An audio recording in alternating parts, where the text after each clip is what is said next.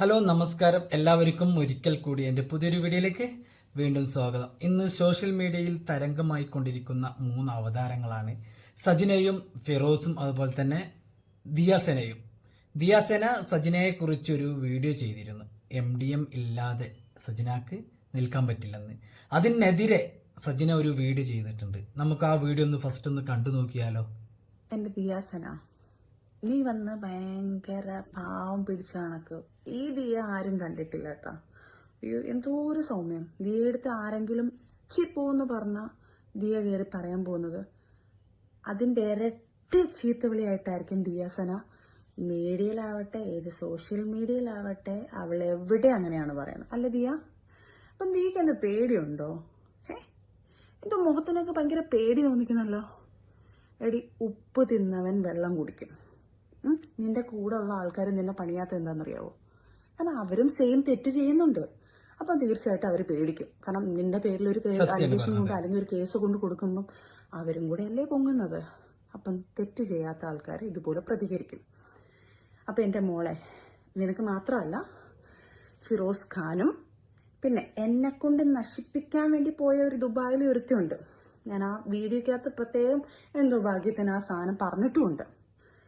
അത് കണ്ടിട്ട് ട്രിഗർ ചെയ്തിട്ട് അടുത്തൊരു വോയിസ് റെക്കോർഡ് വന്നിട്ടുണ്ട്. റോഷ്നി എന്ന് പറഞ്ഞിട്ട് ദുബായിലെ ഏറ്റവും നമ്പർ 1, എനിക്കത് പറയാൻ താല്പര്യമില്ല, അങ്ങനത്തെ ഒരുത്തി.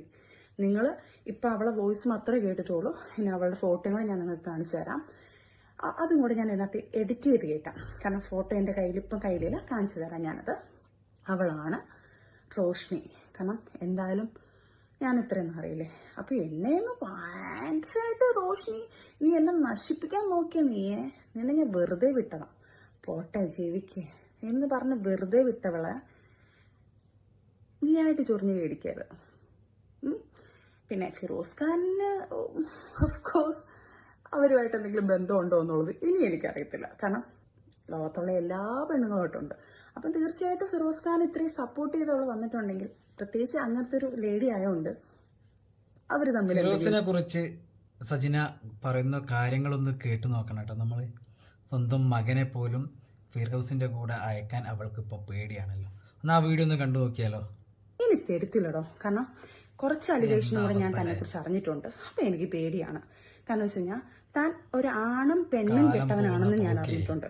സ്വന്തം മോളുടെ പ്രായമുള്ള ഒരു കുഞ്ഞിനെ നിനക്ക് പീഡിപ്പിക്കാൻ പറ്റുമെങ്കിൽ തീർച്ചയായിട്ടും എൻ്റെ ഈ മോനെ താൻ യൂസ് ചെയ്യും. അതുകൊണ്ട് എനിക്ക് പേടിയാണ്.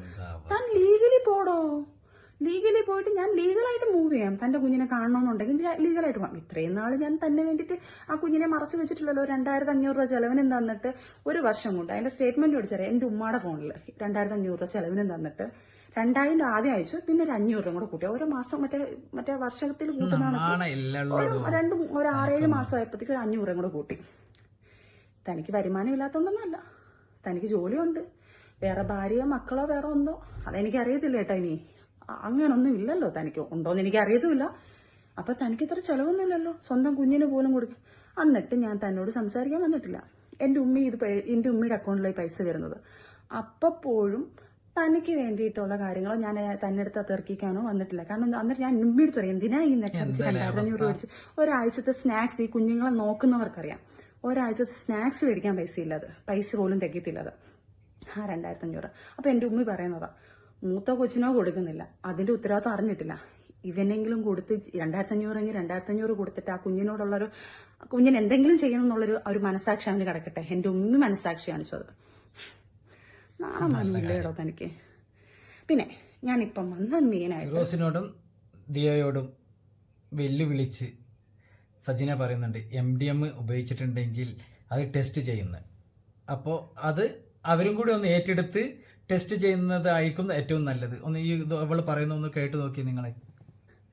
പിന്നെ ഞാനിപ്പം വന്ന മെയിനായിട്ട് എന്നെക്കുറിച്ച് ഇപ്പം കുറേ അലിഗേഷൻ രണ്ടാമതും കുറേ വന്നു. ദിയാസനയുടെ കാര്യം, ഫിറോസ് ഖാനും കൂടെ. ഞാൻ അങ്ങനത്തെ ഒരു വൃത്തികെട്ട രീതി ചെയ്തിട്ടുണ്ടെങ്കിൽ, അല്ലാതെ MDMോ കുറേ സാധനങ്ങൾ ഞാൻ ഉപയോഗിച്ചിട്ടുണ്ടെങ്കിൽ ഞാൻ ടെസ്റ്റ് ചെയ്യും. ഞാൻ തെറ്റ് ചെയ്തിട്ട് ഈ നിങ്ങൾ വീഡിയോ പേടിക്കണ്ടല്ലോ. ഇടുമ്പോഴത്തേക്ക് ചിലപ്പം ടെസ്റ്റ് ഏത് ചെയ്തിട്ടായിരിക്കും അങ്ങനെ ടെസ്റ്റ് പോലീസിന്റെ ചെയ്യാൻ അല്ല, പോകുന്നത് ഏത് തൊട്ട് മുന്നേ വമ്പന്റെ ആയിരിക്കും. മുമ്പിൽ കാരണം പോയി എനിക്ക് ടെസ്റ്റ് ഇവരെയൊക്കെ ചെയ്യണം. പേടിയുണ്ട്. എന്നെ എന്റെ വീട്ടിൽ ഞാൻ അതാണ് എന്തെങ്കിലും ചെയ്യേണ്ടത്. കൊണ്ടുവച്ചിട്ടോ അല്ലെങ്കിൽ എനിക്ക് എന്തെങ്കിലും എന്റെ ശരീരത്തിൽ കയറ്റിക്കൊണ്ട് ഇടുവോ എന്നൊക്കെ പേടിയുള്ളതുകൊണ്ട് ദിയയും ഇത്രയും വേഗം ഫിറോസും തന്നെ അത് എന്നെ ഏറ്റെടുക്കട്ടെ. ടെസ്റ്റ് ചെയ്ത് എന്നെ അറിയാവുന്ന ആൾക്കാരുടെ മുന്നിൽ ഞാൻ ഈ വക സാധനം ഒന്നും ഉപയോഗിച്ചിട്ടില്ല എന്നുള്ളത് തെളിയിക്കേണ്ട കടമ എനിക്കാണ്. ചിലപ്പം ഈ വീഡിയോ ടെസ്റ്റ് ചെയ്ത ശേഷം അല്ലെങ്കിൽ ചെയ്യാൻ പോകുന്ന സമയത്ത് എടുത്തോളൂ. അതിനുശേഷം എന്റെ ശരീരത്തിൽ എന്ത് വന്നാലും അതിനുള്ള ഫുൾ ഉത്തരവാദിത്തം ഞാൻ പോലീസ് സ്റ്റേഷനിലും എല്ലായിടും പറഞ്ഞിട്ടുണ്ട്. എന്റെ വീട്ടിലോ എന്തെങ്കിലും കൊണ്ടുവച്ചിട്ടുണ്ടോ എനിക്ക് പേടിയാണ്. കാരണം ക്രിമിനലായിട്ട് ചിന്തിക്കുന്ന ആൾക്കാരാണ് ഇവരൊക്കെ. അപ്പൊ അവരെന്തായാലും നെക്സ്റ്റ് അങ്ങനെ ചിന്തിക്കത്തുള്ളൂ.